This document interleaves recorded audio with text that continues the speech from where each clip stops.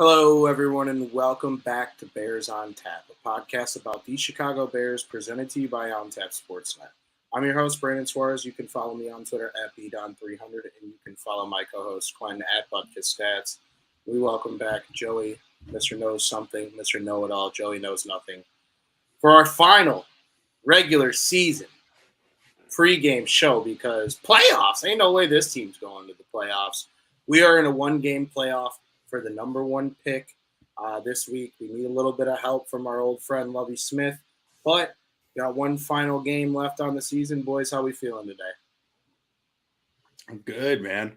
I'm getting hyped up for the big game Sunday.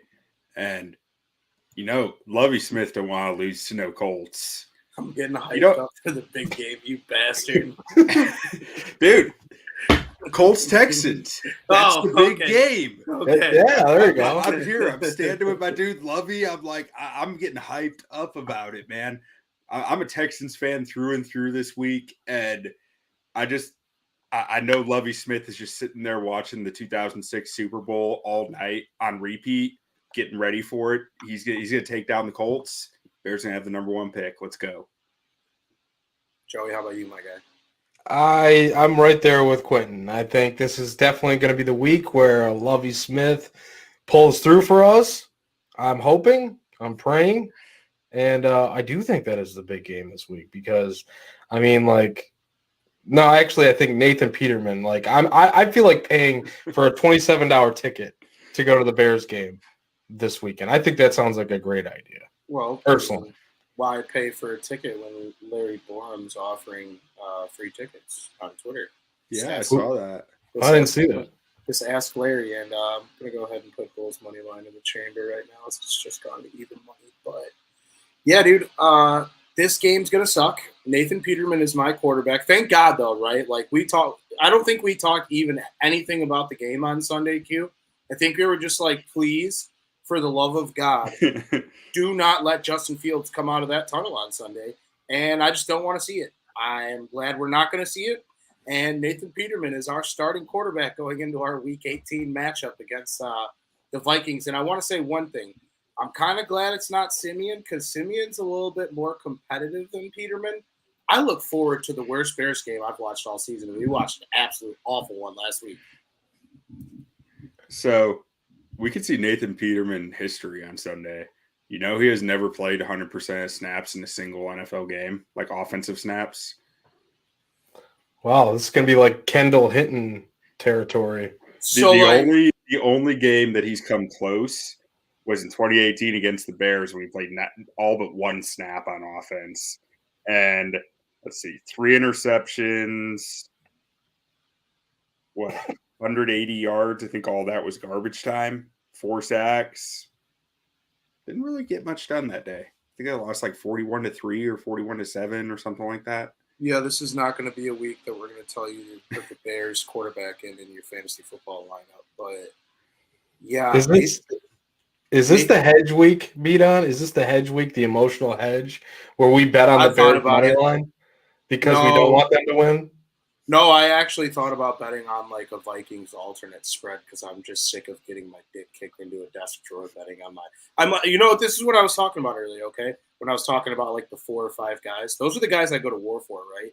When you see a beat on Sunday morning gift head this is a whale play Bears money line, I haven't had that emotion with this fucking team once this year, and they really took that away from me. The weeks that they've won as big dogs, I've taken their spread, so it wasn't even really worth it. And then when I've loaded up on them and trusted them, I've just watched ball farting to the highest level. So yeah, I don't know. Commanders week. The Commanders week. Yeah, actually that is the actual week that I'm referencing because we all did. I was like, Bears plus 100 at the crib. I am loading up on this game. And that was the worst football game I think I've ever watched. These two eyes watch a lot of football. But this week is just let's just get to that whistle, dude. I don't care what the score is. I don't care who does what. I honestly, I'm just ready to get to Sunday. We'll talk about how bad we lost. And we are on to the draft. We are on to the free agents. We are on to the shiny new Ferraris, or that's what we hope that come to this team. But I can't wait to put this season behind us because it just makes me want to throw up. Yeah, I've been knee deep in draft analysis for the last month. I mean, I'm ready to start using it, you know? I'm ready to dive in, man. I haven't quite gotten completely enamored with the draft yet, but like we've all been looking at it. We've all been looking at who's going to probably be in the first, 15 picks because I think we all hope that what happens with the Bears is that they trade down, which we'll talk about. I mean, I don't know. Like I'm already skipping ahead, but maybe because I'm thinking like Quentin. I'm thinking like, I want to talk about the draft. That's all I want to talk about is free agency and draft, but well, there's a couple other news pieces. So EQ extended for another year. The Slack chant went real crazy over that this afternoon. I think Ron put gross like immediately. Ron just sent back that's gross. So we'll have Equanimous St. Brown for another year at $1.25 million, I believe, which is just kind of like okay. Minimum salary. Yeah, if he's like for how many years he has vested in the league, that's minimum salary. Like he's your fifth, sixth receiver at that number. Hopefully next year. I mean, he's a good quality vet to have, as an end of the bench receiver, but you don't want to count on him for much more than that. No. Yeah, if he's like your fourth or fifth receiver, I think you're okay. The sad part with him is all he had to do was run one good route on that comebacker, and maybe he probably gets a little bit more money. Right, it's like another 500,000. Yeah, a little something, a little extra than just barely bare minimum, right? Like, or barely over bare minimum. Like, his brother's about to get a bag, anyways. Oh yeah. Oh, he'll supply him. Whole family is going to be good after that. But another just kind of newsy thing before we really get into the game is Devin Hester is a finalist for the Hall of Fame.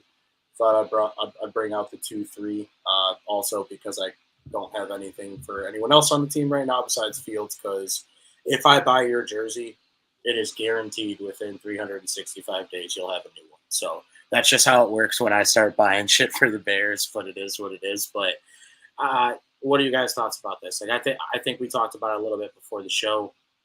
He should have been first ballot in my eyes. This is a guy that transcended how you play the kick returning position. And I don't think we'll ever – like, Cordero Patterson may have more kick returns or whatever portion of the record that it was that he broke, but nobody instilled fear into a special teams unit like Devin Hester did in the NFL when he was here. No, I mean, I understand why he's not first ballot. There's, questions to the position and stuff, but he belongs in there.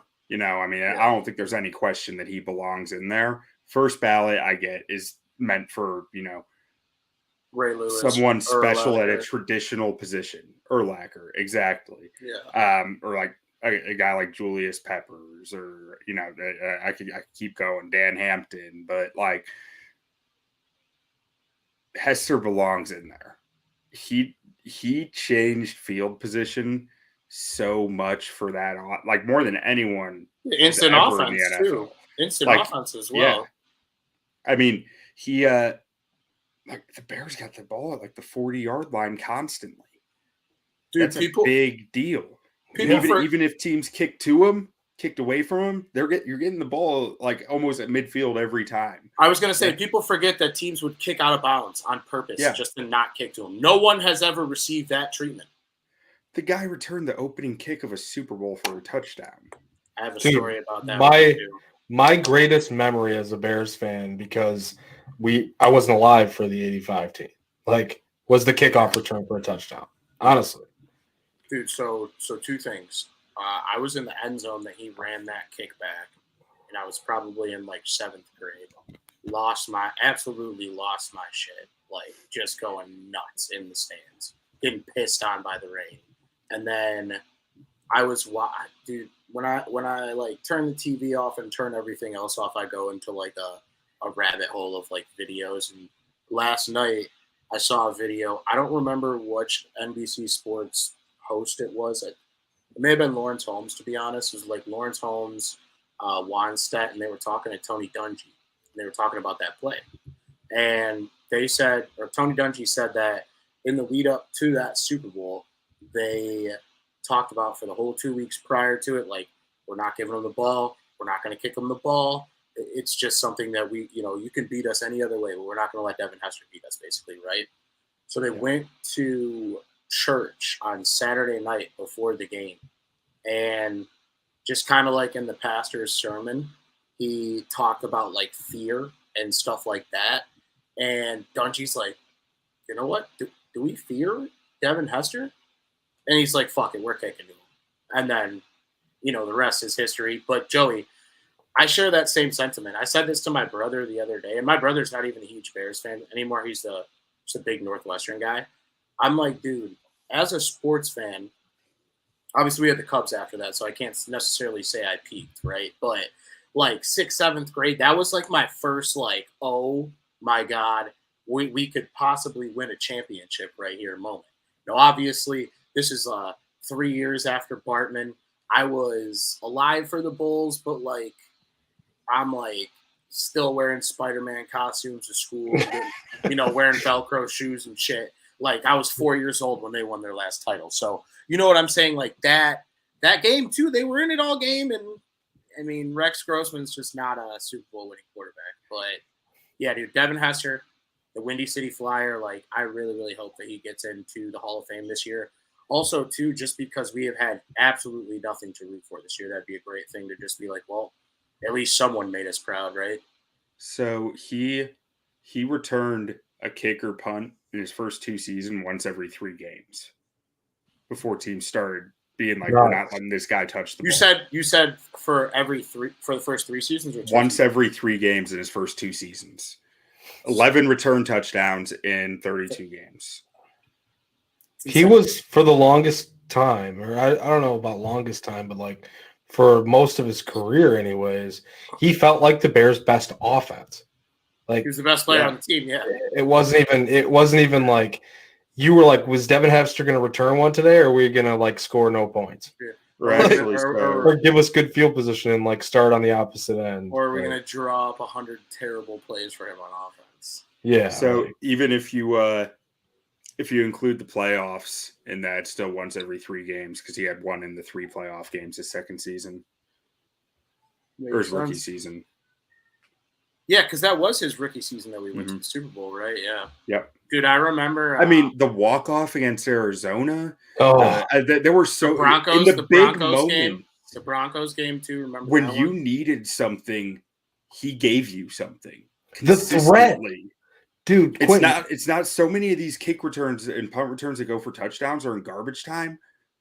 His weren't. His were in big moments when you needed a spark, it was like 13-9, show up or or go home kind of moment. And he made it happen. Like I remember looking at this up with like some of the top kick returners who had numbers with him. It was probably a year or 2 ago, just playing around with numbers. And it was like when you looked at the situations, it wasn't close. Devin Hester was like, he made stuff happen when he needed to. Were you at a lot of the other guys were more like easier Dante situations. Dante Hall and Cribbs and those guys. You were at that Broncos game, right? I think we've talked about this. The one Broncos game where he got the dude fired, the punter. Got the dude. I wasn't there, but I know you know which game I'm talking about. Yeah. That game. What I always think of is the game where him and Adrian Peterson were just going touchdown for touchdown, like back and forth, and he had like 2 almost return touchdowns, and he had a return touchdown, 2 almost return touchdowns, and a receiving touchdown. And it was just like him and Adrian Peterson back and forth. And it was just an incredible game. Yeah. No, I used to see Adrian Peterson in my nightmares as a kid, and I'm sure I wasn't the only one.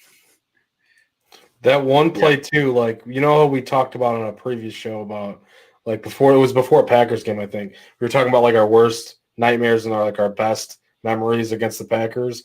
And I kind of talked about like when we talked about referees making bad calls, where there was that like phantom call with the Packers return game where Johnny Knox took one back, I think, for a touchdown. Yeah. Like the threat of Hester forced Knox into being so open, like for that trick play to even be able to happen because he was on one side of the field and then just Johnny Knox just streaking with like nobody down that side. Yeah. Like, Hester was incredible, man. All right, so we got, like I said at the top of the hour, Nathan Peterman this week. We got the Vikings.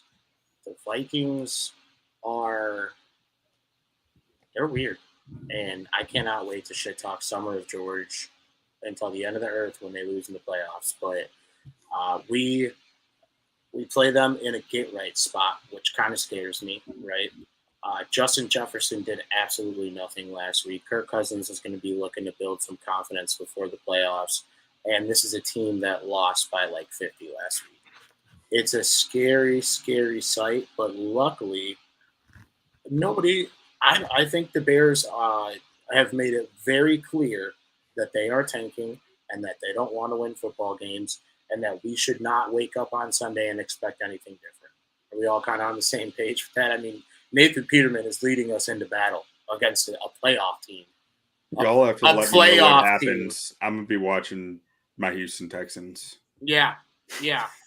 I don't even care about red zone because fantasy's over for me. So I got two screens. I got one. I might even put the Texans on the bigger of the two. Like how I had Iowa, Kentucky on the big one. Thanks for doing that. I saw the tweet earlier and it said there was 3 million other perverts that watched that bowl game. Hand raised. Yeah. That was my Super Bowl. Dude, it was man. I don't know what to make of this game though coming up. Like it's the weirdest game ever. Yeah. I really don't care. Like we already said that, but I really don't care. I only care about what happens in that Texans game, and I don't want to say I hope we get demolished, but just please don't make it close enough to where there's any shot that you could possibly sneak this one out with a weird return for a touchdown from Velus Jones or something. Oh, it's going to be a Velus Jones game. Yeah, I'm feeling like that's kind of what I'm feeling. Oh, my God. Could you imagine if after all this hate that Velus Jones has gotten, he single-handedly wins you a game this week? Oh, I will never ever root for him ever again. Like, please. Never. Go to hell. I hope you don't make the team next year. You know he will, and he'll be playing all year next year too because of this one game. Well, the Bears, the Bears, the Hawks, the Bulls, like when they're in this situation, they'll win these games. The Cubs all year did it. If the Cubs didn't win these games, we weren't cashing those win total tickets. The Cubs were shit pumping. They beat the Phillies 6 times. The Phillies went on to the World Series. Like sports are dumb and they're made up and they're imaginary. And even at all of us, either at or around 30 years old, are still dedicated to the cause, love them to death. But it's like you watched this Jets-Jaguars game 2 weeks ago. We remember when the Jets went on that run and popped off the Rams and beat the Raiders. And you see how much they're suffering right now. If the Jaguars had Zach Wilson, they're not talking about going to the playoffs. If the Jets have Trevor Lawrence, they wouldn't win that division, but they'd be up there. Their defense is good. They're not as good as the Bills, but, it's fine margins at the top of this draft. And right now, just lose. Just lose, baby. Just lose, like Al Davis said. Yep. He said just lose. That's what he said. If they can get number one, it's like it opens just the door every possibility of like all of a sudden the Texans are at 2 and they're saying the Colts are probably trying to jump us to 1. So you're Ryan Poles, you're working both phones, like talking to the Colts, talking to the Texans, telling the Texans that the Colts are, hot for the number 1 pick. They want it. They want to go get who is it you like again? Oh, you like Bryce Young better? They want Bryce Young. Yeah. Oh, no, you want CJ Stroud? Yeah, that's the guy they want. CJ Stroud. Like, and you're just because both those guys just put up electric performances. Bro, those games this is use that leverage. I love it. Let alone, hell, if the Seahawks or the Lions are calling you with a Godfather offer, I'm okay with going down to 7 for a Godfather offer, But feasibly, you could move down to 2 with the Texans, and then you can turn around and move down to probably either 4 or 5 with the Colts. You can double up on those trades if you get it just right. If you're a little bit of luck, a lot of luck you need there, but it's possible. because the Colts could still be sitting there saying, someone can jump us in between 2 and 4. Someone can jump to that 3. So we got to get up to 2.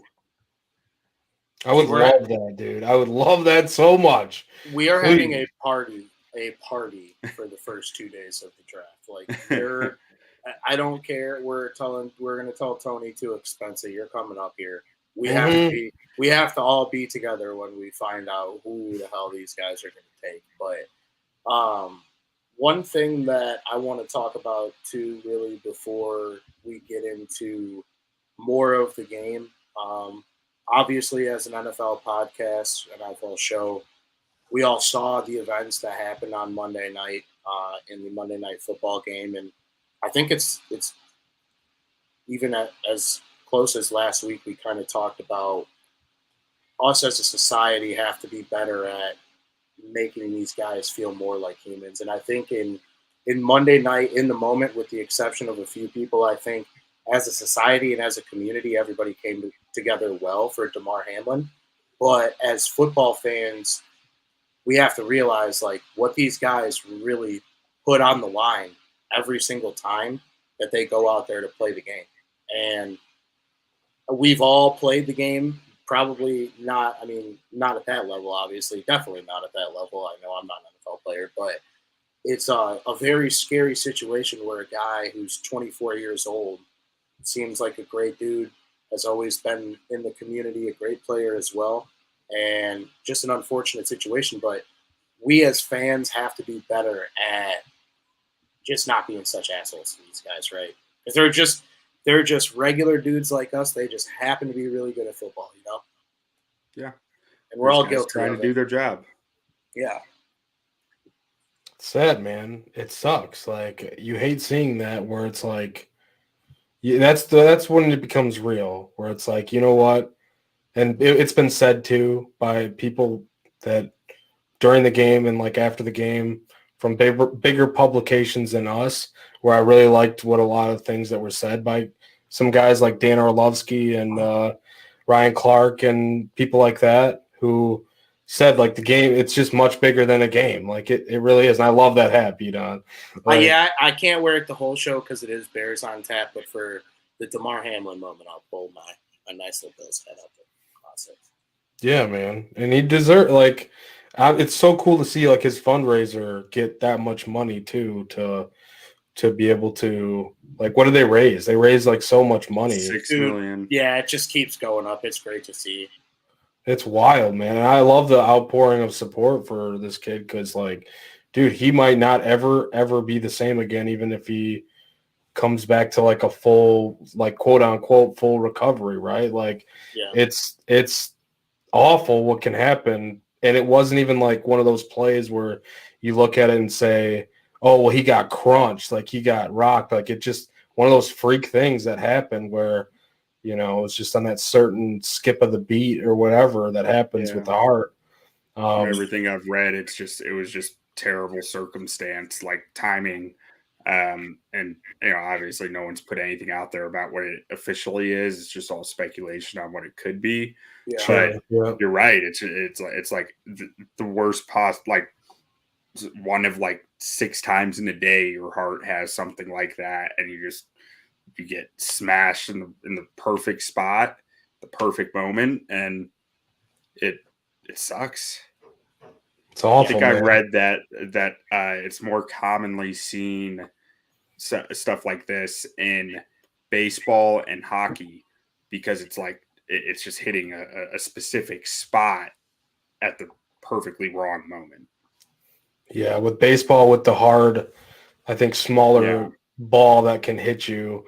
I've seen it happen, not like in person, obviously. I would be terrified for the rest of my life if I would ever see something like that in person. But I've seen there was like a story done on a kid that happened to, and there was like a video that I watched that like a documentary type thing where it was just awful. But yeah, man, super scary stuff. I'm glad they canceled the game or called that thing off. So that leads me to my next point. So on the topic of us as fans, I think in the moment, and especially too, shout out to Ryan Clark and all the guys and girls that were working on ESPN and Booger and all of them, because that's a very tough situation to be put in. You have zero information about what's going on, and you have to fill air. So thankfully, they had some players, they had some media personalities, they had people. Ryan Clark's a great guy to be talking because he's been in that situation before. He was a hammer of safety.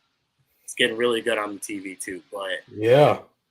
He's a great analyst, dude. He really, oh yeah. Like, I mean, you might not agree with all of his takes, but like, it's well thought out. He's not Dan Orlovsky to me, I'll tell you that. But another thing, man, the league, man. The NFL is just a shield. The players are the product. Without the players, you have no fucking league. And from what I've heard, allegedly, gonna quote allegedly, is they were given 5 minutes to get ready and get back out on the field, which is just like, you have to read the room. You have to realize that at the forefront of every competitive sport, right, whether it's a contact sport or not, the forefront is player and participant safety. And if you can't ensure player and participant safety, especially the mental state that you're in after witnessing something like that, the only thing that I can think of that I've seen in my lifetime was when that guy had the heart attack at the Euros like 2 summers ago. The guy on Denmark, Christian Eriksen, he had a heart attack in the middle of a soccer game. They stopped it. They ended up playing it. Obviously, a little bit of different circumstances, but like you visibly could see the level of frustration and just worry on guys' face. And these guys are warriors. These are not just like regular dudes like us that, get mad if we get a flat tire. Like, these are NFL players. It takes a lot to get them to that level, Yeah, I mean, it's the NFL tried to push it through from what I heard or read, and yeah, I mean, even just aside from the aspect of being someone who's there and shook by it, but also just being like an athlete who's like, you're not going to go out on that field in that mindset, in that state of mind where it's like you're not fully aware of what's going on around you, because how could you be? I mean, it's borderline dangerous to go out on the field when you just saw something like that, because you're just not there mentally. Yeah, man. A guy at work actually made a good point too, where I see this is where like the messaging, I'm not sure what happened with the messaging between the NFL and, coming up with that 5 minute, whoever said that, trying to push it through with the 5 minute to get ready, whatever. I was kind of thinking too, like the guy at work brought up a great point, was they needed to rush him out of there. And if they needed to rush him out of there, they wanted to make it seem like it was still, they might have a chance to go out there and play, because they didn't want people leaving the stadium and like jamming up traffic and stuff. They wanted to like get him out of there on the ambulance. And that's a great point. I don't know. I didn't think of that.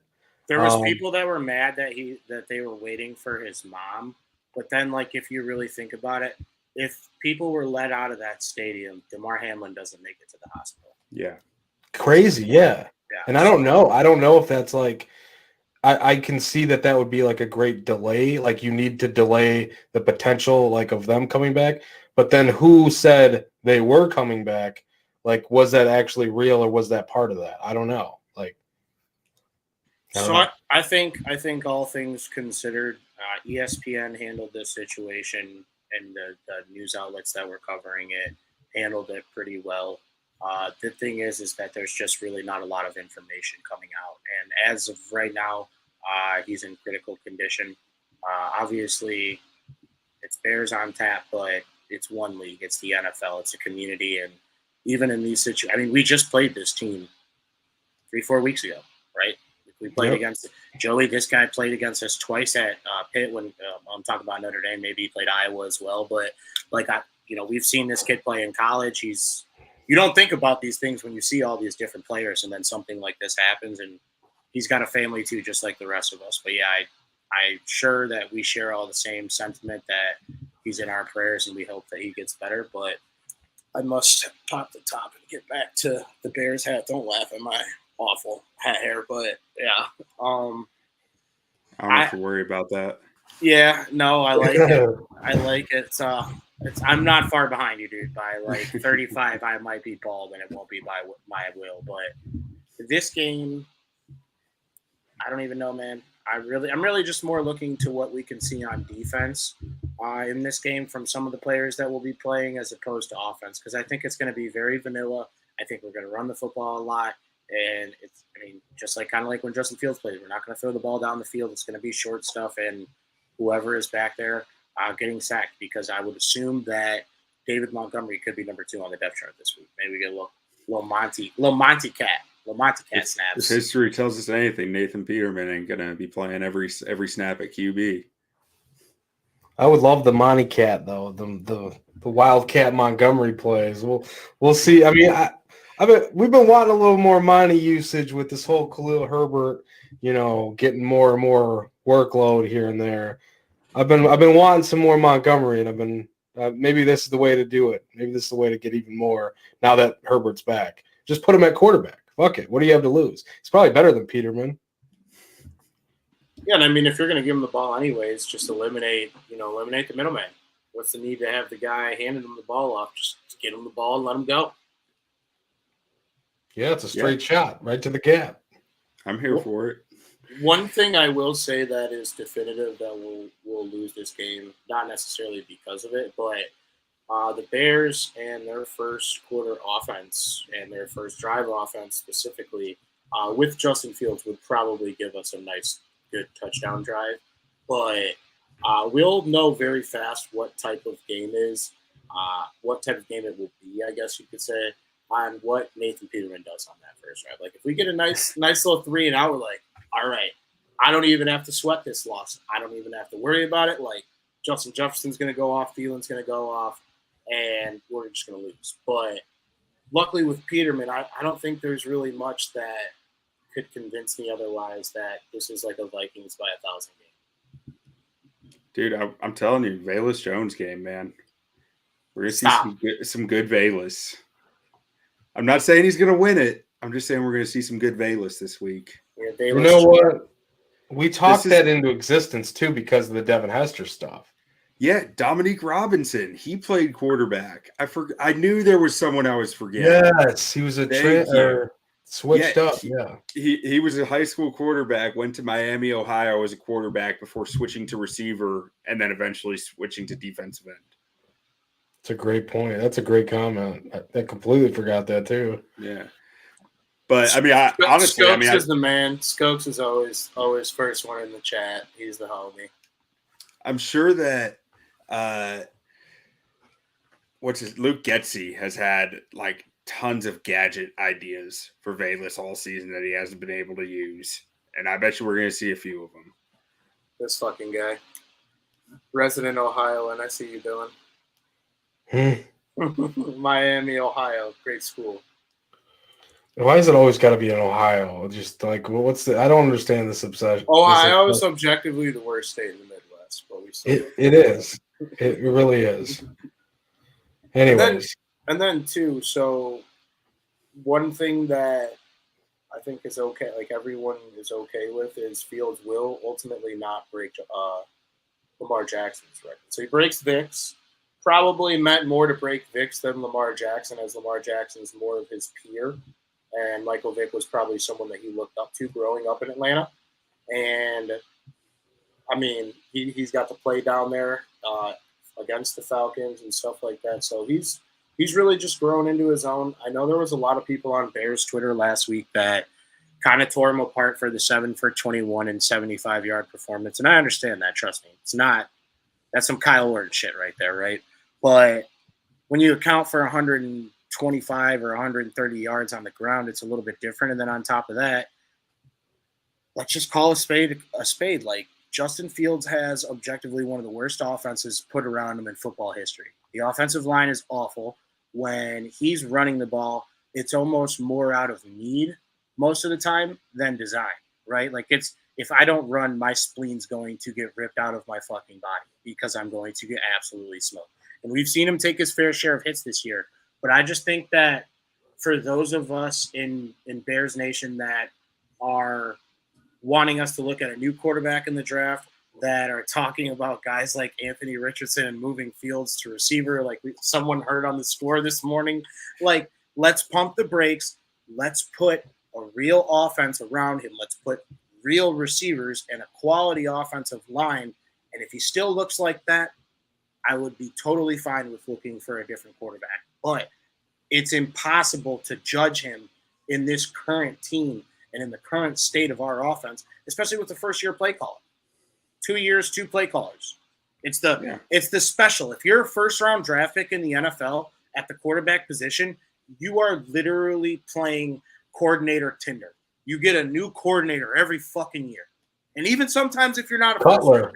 Cutler. Cutler had one like every year too. So it's just like, and listen, I want coordinators to get paid and go get their jobs and be head coaches. Luke Getsy ain't going nowhere. If he goes somewhere, it's because his key card don't work no more, not because he got hired. Yeah, I mean he hasn't shown enough to get a head coaching. Yeah, Deion Sanders, maybe next year, but way too much right faith now. in him. Yeah. I mean, there was a little bit of smoke around it, like halfway through the season, but even then, it was like this guy hasn't built a good passing offense. No one's clamoring to hire a coordinator to be their head coach who hasn't built a good passing offense. It's just it's a good run scheme, and kudos to him for that. But there's a lot more to show here. And I mean, if Fields was struggling like he did Sunday with Darnell Mooney and Chase Claypool healthy and an O-line that could protect him at all, I'd be very worried. But Darnell Mooney wasn't on the field. Chase Claypool was barely out there. The O-line, he had nothing. Like, there were so many dropbacks where he was just engulfed as soon as he hit his third step. Hutchinson had the Rambo face paint on and was playing fucking DB. Like, they didn't blitz anybody on that play. No, that play infuriates me, dude.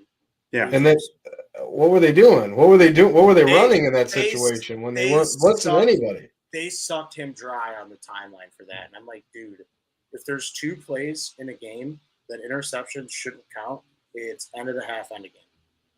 Well, they had another defensive end on the other side, I think, on the other sideline, right? Almost doing the same exact thing, dropping back in coverage on that side at least. They should have ran the annexation to Puerto Rico right there. I would have been cool with it. That play was the most, like, you can't get anything from watching. Like, if you're an NFL team, you're sitting here saying, I'm going to scout the Bears offense. You are throwing that play out first because you are saying this play tells me nothing about anything. I can't gain any knowledge from this play other than if there's 7 seconds left, maybe I drop all 11. Like, that's about all there was to gain from that. At first, I was mad at the play because I was like, did he really just get picked off by Aiden Hutchinson? What just happened? And I did not see that everyone was dropped back into coverage until I watched it. And I'm like, he was like cherry picking on the sideline. Michigan's just been running circles around Ohio State for the last few years. Yeah. We're not giving credit, though, to Michigan either, though, because TCU is the real state. TCU, that's where all the magic happens with Maxaw, Jim Duggan. Max Duggan. But yeah, Deion Sanders once said, in coaching, you either get elevated or eliminated. It's the only way. Some of them go off into the sunset and retire, but most of the times when you're talking about a coach, he's either getting fired or he's getting moved up to a better job. So that's kind of how it works. Honestly, one thing I want to say too is, dude, I feel kind of bad for Matt Eberflus, bro. Like, think about it. He got his first head coaching job, and like, what does he really have? We'll find out more next season. Stay tuned. But it's gonna be a rough climb to the top for this team with the roster turnover that we're going to see over the next year. I think some coaches would love to have the spot he's in. $130 million cash in your pocket, get to build the team however you want it. Number 1 pick, hopefully. I mean, a full cupboard of picks. It's not like he went and traded a bunch. I mean, he has a chance to build this team however he wants to, and he gets. NFL coaches get a lot of input. It's not just the GM. The GM doesn't make the decisions here. The head coach gets input on the roster they want. he gets to build a roster how he wants it from scratch with the quarterback already figured out in a lot of people's eyes. Yeah, and that's a great point, Quentin. And like also coaches, like the turnaround for coaches is so quick in a lot of teams. Like most of the time, like you look around the league and how often do they have more than even 2 years to figure it out as a coach? Like I feel like Flu's Nathaniel Hackett. yeah, he got right canned mid-season. Can't like, dude, you were so awful. You got canned in your rookie season before the end of the season. Fired the day after Christmas, bro. That's why you don't put Star Wars trivia in your game plans. Just don't do it. Just awful, man. Like Flu's, like at least he has that knowledge. Like he can go into this offseason and feel pretty secure about his job, and like there should be an upswing. Like how much worse could it be than what? He's a 3 and dude. Whatever it is. Like how many wins do they even have? Is it 3, 2? Like I don't even know how many wins the Bears had because it's been forever since they won. No, the Patriots game was the last one. But I think if there is one thing that I can find comfort in is the Bears this year, from an effort standpoint, kind of remind me of the Lions of the first few years of Dan Campbell. Absolutely awful team. Definitely not going to win. Going to make a bunch of mistakes along the way. But you're going to see your young guys, the Jalen Johnsons of the world, the Briskers, the Gordons, those guys go out there and put their best foot forward. And I think that if we can, and this is the state of the Bears, this is how sad we are talking about if we can add like a Jamal Williams or like not actually Jamal Williams, but like those type of leaders, you see what he's doing. He leads the league with touchdowns this year. Absolutely out of fucking nowhere. And if the Bears can find those type of veterans, right, guys that are leaders in the locker room, guys that can not only be a paper captain, but people that can lead out on the field and make the plays that we need to be made on Sunday, the sky is the limit. So I guess I needed Quinn to talk me off the ledge because I'm a little glass half empty with Ryan Poles, as he's probably just waking up and getting his morning coffee in right now. But yeah, I mean, I'm not sitting here. Poles hasn't done anything to make me optimistic yet. Thank you. But I do trust that, and maybe I'm flawed in this, but I trust that Eberflus was my choice for the Bears head coach. It's the guy I wanted. I trust that he is a professional who knows how to build a team and how to motivate that team and how to find the right guys to fit his culture. And I think he knows what he's doing. He knows who he wants. He knows what he needs to do. And he knows how to get through to his players that if you put in the work, the rest will come. That's one thing that has seemed like a consistent theme with them this year. And it hasn't come yet, but these players have eyes, they have brains, they have ears. They've seen what's going on around them, all that's working against them this season. And that the guys who are going to be lucky enough to be here next year, they have a pretty good idea what went wrong this year. And I get the feeling that they're going to be working their tails off this offseason to fix it. Because that's the culture that I feel like has been instilled there. I need a gift from Field of Dreams with Matt Eberflus's head over it. Just if you build it, they will come. And then it's like Ryan Poles comes out and he's like clapping and shit. That's all I could think about too when Quentin was saying that. Yeah, if you build it, they will come. Yeah, that's all I was thinking about. Like, dude, if we come out of the cornfields next year and win some ball games, like and I'm talking like in baseball terms right now too, ball games. Like who says that for football? Hey, pitchers and catchers report sooner rather than later, buddy, and I'm fucking excited because I haven't watched a meaningful sporting event for one of my team in so long. Well, I wish pitchers and catchers will report to Hallis Hall, to be honest with you. I can't discount what we saw from Notre Dame on Saturday, but other than that, yeah, like I have not been watching meaningful events for my teams this year.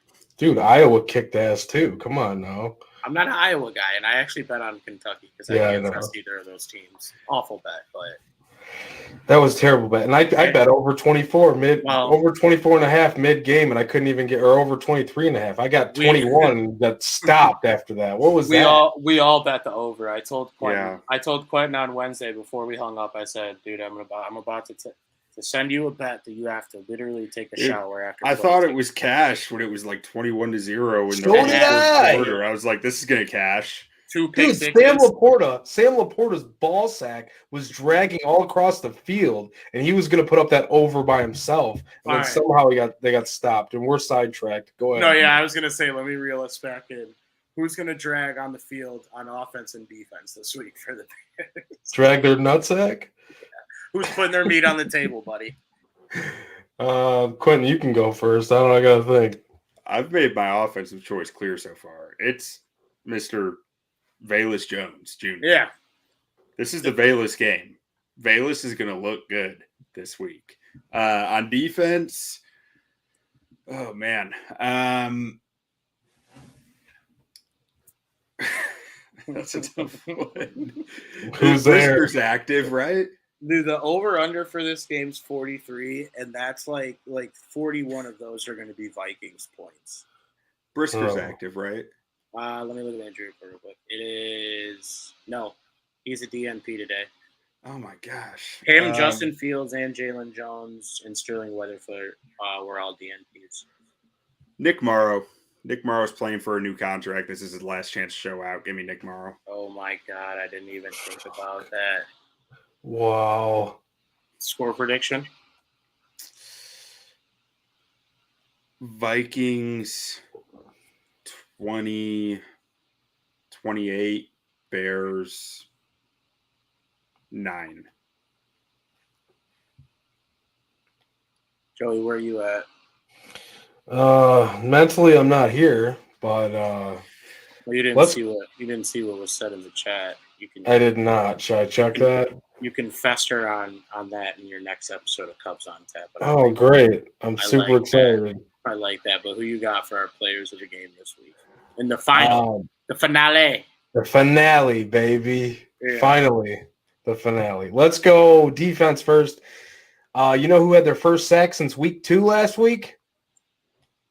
Travis Gibson, baby. Fuck you, dude. That was going to be my guy, but go ahead. Oh, shit. My bad. No, dude, don't worry about it. That's the worst part about being the host. Well, no, you could have went first. You could have just been like, fuck you guys, and just went first. No. But yes, I like that pick. Go ahead. Elaborate. Travis Gibson, because where have you been all season? And maybe now you finally decided to show up. But it seems like when there's no help on the other side as a pass rushing unit, like when you don't really have another like elite guy like Robert Quinn or even I can't talk. Khalil Mack, like your jersey got traded away. Yeah, I mean, he just didn't step up all season, it felt like. So Travis Gibson, week 18, maybe. Is he going to be out there? He's not on the injury report, is he? No. Okay. I'll go with that. The only other people that are at risk of not playing are Patrick Scales, Trevon Wesco, and that's it. Patrick Scales. Okay, that was going to be my offensive player of the game. Which, like, honestly, part of the prerequisite to be our long snapper is you can only be named one thing, and that's Patrick. Yeah, Patrick Manley, Patrick Scales, and you have to be here for an eternity too. Yeah, no, you literally have to be here for your entire career. If you even think about leaving, like, you're done. Yeah, blackballed from every team in the league. Yeah, your key card doesn't work for even like an event. Like it doesn't even. You can't even show up for like a fundraiser. Who you got for offense? Offense, man. Again, who the hell is playing? I think the Monty game, baby. Let's go ahead with the Montgomery, the Monty cat. I hope I didn't steal your offensive one too. No. You mentioned the Monty cat. Right, I did last week. Monty cat formation with Velus Jones at halfback. Now that's money. Dude, I like that. That's money. That's money, dude. Play action. No, do a little play action, then a flea flicker. You flea flick it with let's put Dominique Robinson at quarterback, flea flick it with Montgomery. Yeah. Just have him hanging out by the sideline. Oh, toss it over to him. Cherry picking on offense now. Have Poles come down and get a couple snaps in at guard. He's like, you know what? You can't. If you want something done around this place, you got to do it yourself. He just comes in. It's like they never signed me. I was never good enough as a player, but if I'm the actual leader, I can be the guy. But he's getting his shot, dude. He can't be much worse than Sam Mustipher at Sunday. Oh yeah. Hey man, Musty showed some dog last week. I don't want to hear it, Quentin. I like Angry Musty, man. I like Angry Mustipher. He's fun. He's not good, but he's fun. He's not good. But yes. All right, I'll give you the fun. Not good at football. Smart. Like he was bullying a Lions player, man. It was hysterical to watch on the tape. He's like he knocked him down and then he started to get back up. He just came over and knocked him down again. It was God damn, Mustafa. There was all the pent up aggression from the season. Dude. He's a good dude, smart dude, means well. Just will kind of block you on Twitter when he name searches you out. Hey man, he went from not an NFL player to like maybe a backup level player when he started getting angry. So being angry is good for him. Maybe a backup practice squad center. Just don't be here. Just don't be here. Just don't be here. For me, all right. So for me, kind of a guy that I expected a lot more on the defensive side of the ball. Joey took the words out of my mouth. But yeah, someone that I'll take the term that I used a little bit ago, more of a paper cap. A guy that every time they hit the cut scene to the game, you see Travis Gibson talking to the team. But when it comes time to get in them trenches and make the plays, he's not making the plays required to be that dude. So I want to see him go out there and make those type of plays out there on Sunday to at least springboard off season that he works his ass off and hopefully becomes one of the next best Bears pass rushers. Obviously, he's not going to be a Hall of Famer, but we need production out of him, you know. On the offensive side of the ball, I was pretty spot on last week, with the exception of Chase Claypool just not existing in our offense. But I was right about Kmet, and this week, I mean, we're going to have an offense that might throw it 15 times, so I can't really go with any of the receivers. I'm going to say O-line. I just think that kind of to Joey's point about Sam Mustafa, our O-line is a bunch of dudes that are like hired guns in the NFL. Like they are probably trying to put the best tape out there because, they might not be back next year. And even if they're back next year, they're probably, if we go and draft a dude in the first or second round, we're probably going to be looking to put those guys in the lineup as opposed to what hasn't been working over the last few years. So I just want to see one good performance, one let's not get Nathan Peterman killed, even though I have no real relation to Nathan Peterman. He's giving me nothing. I have this Bills hat. He played for the Bills, didn't he? Right? Oh, he's got a sick Bills hype video. It's going around Twitter right now. The sickest hype video that I've seen on an athlete was the Vince Velasquez hype video for the Pittsburgh Pirates. Oh my God, dude! What was that? That was so random. Yeah, no, that was actually anything that random that they made it. Sorry, not that you said that. Anything that TCU football puts out usually is pretty fire too. Wait, we got a backup quarterback circle going here because Mitch Trubisky goes to Buffalo to take Nathan Peterman's job, and Nathan Peterman ends up in Chicago as a backup. So we're getting who's Buffalo's backup right now? I can't think. I don't even know. I think it's Barkley, dude. It's Barkley again. We already had Barkley's like third string, kind of a coach. I think. God, who's second? I'm looking it up right now. It's Case Keenum. Oh my God. Oh, jeez, dude. You shut your mouth when you're talking to me about Case fucking Keenum. He was just on he's part of that fraternity football show. The athletic football show is doing a thing with interviewing backup quarterbacks about their football story. Yeah. His was awesome. His was so cool to listen to. They had Mike White on earlier in the year too. That was a pretty good one. I have a content idea for an off-season episode. So I think we need to, all three of us and Ron, sit down and comprise a list and categorize let's tier backup quarterbacks because we're going to need another backup quarterback next year. Maybe we keep Simeon, right, but he's only on a 2-year deal. So eventually they're going to have to start looking for another guy.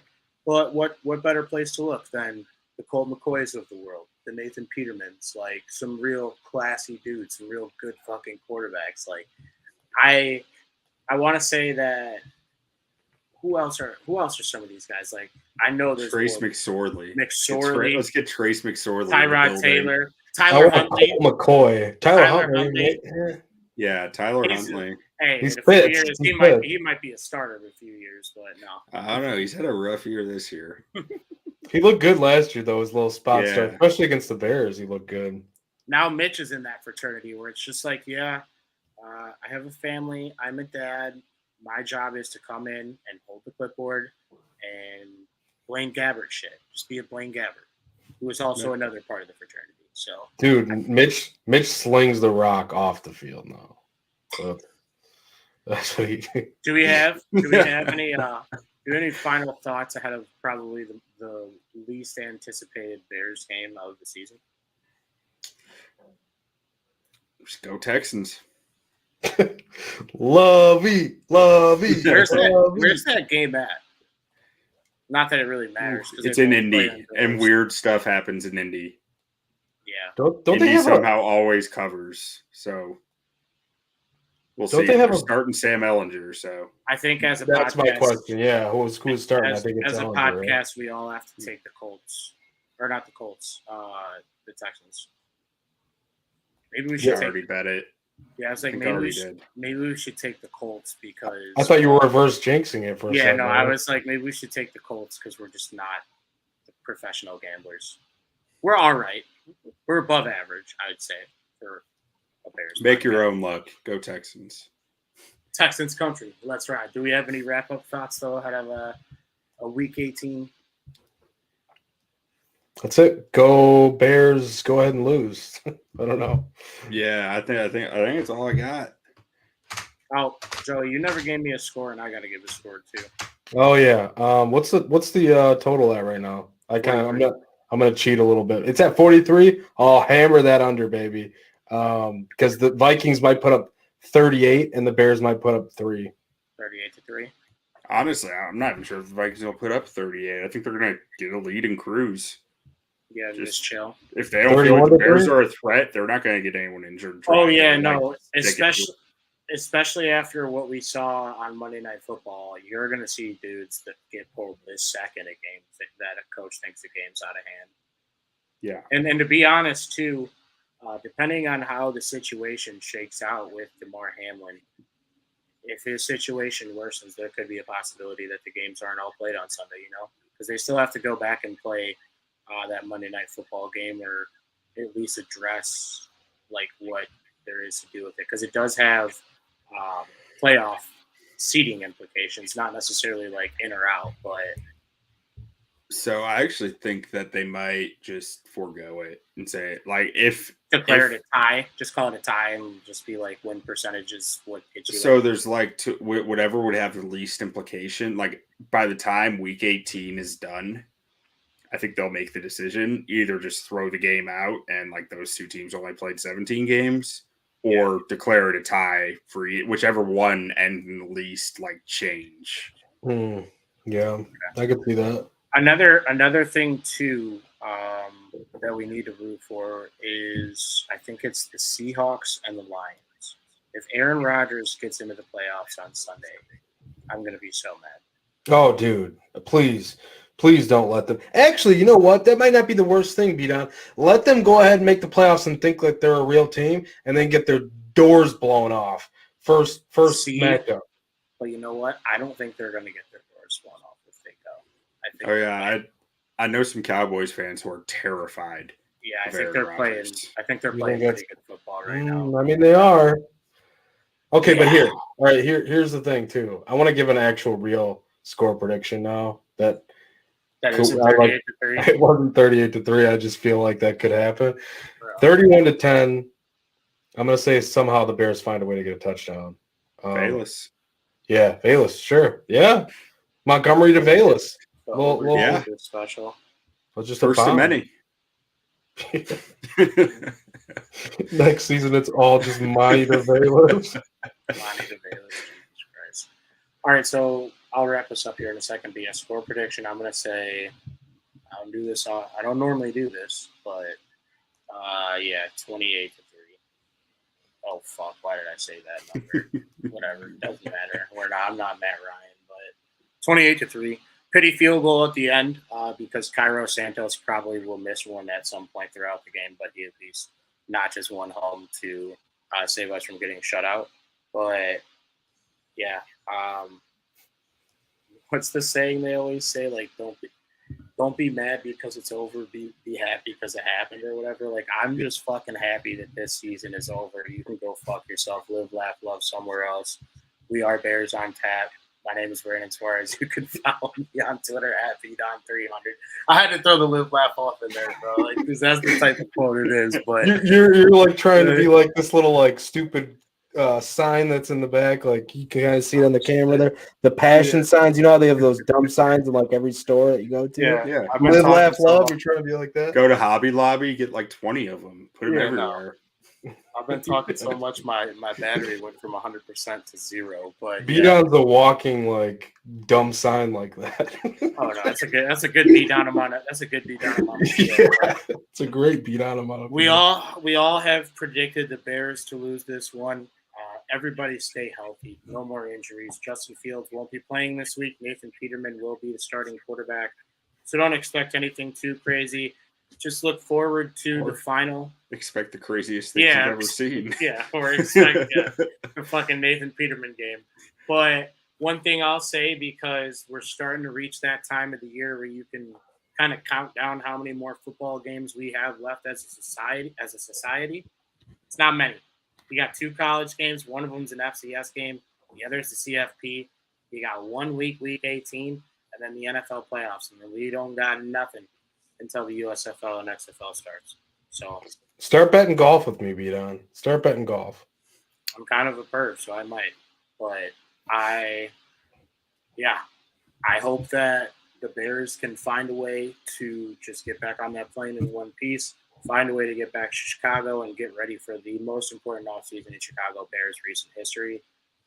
Obviously, as we said in the middle of the show, here's Scott's coming in hot. Got to throw Scott on the board real quick. Scott said, let's go Houston. Just win, baby. Just win for Houston. Just lose, baby, for us. But as always, follow my co-host Joey at Joey Knows Nothing and Quentin at Butkus Stats. And then prayers to the Hamlin family, prayers to DeMar Hamlin. Hopefully he can get better soon. And let's enjoy one final week of the regular season here in the NFL. And keep an eye out on that college football playoff championship and future Chicago Bear legend Quentin Johnson as he goes up against the number 1 defense in the country. But this was Bears on Tap, presented to you by On Tap Sportsnet. I'm your host, Brandon Suarez. You can follow me on Twitter at Bdon300, and you can follow our main account at Bears on Tap. We'll be back with you guys Sunday afternoon after the season is finally over, and then we can finally flip the switch and get into off-season mode. We really do appreciate you for listening, and bear down. Bear down. Bear down.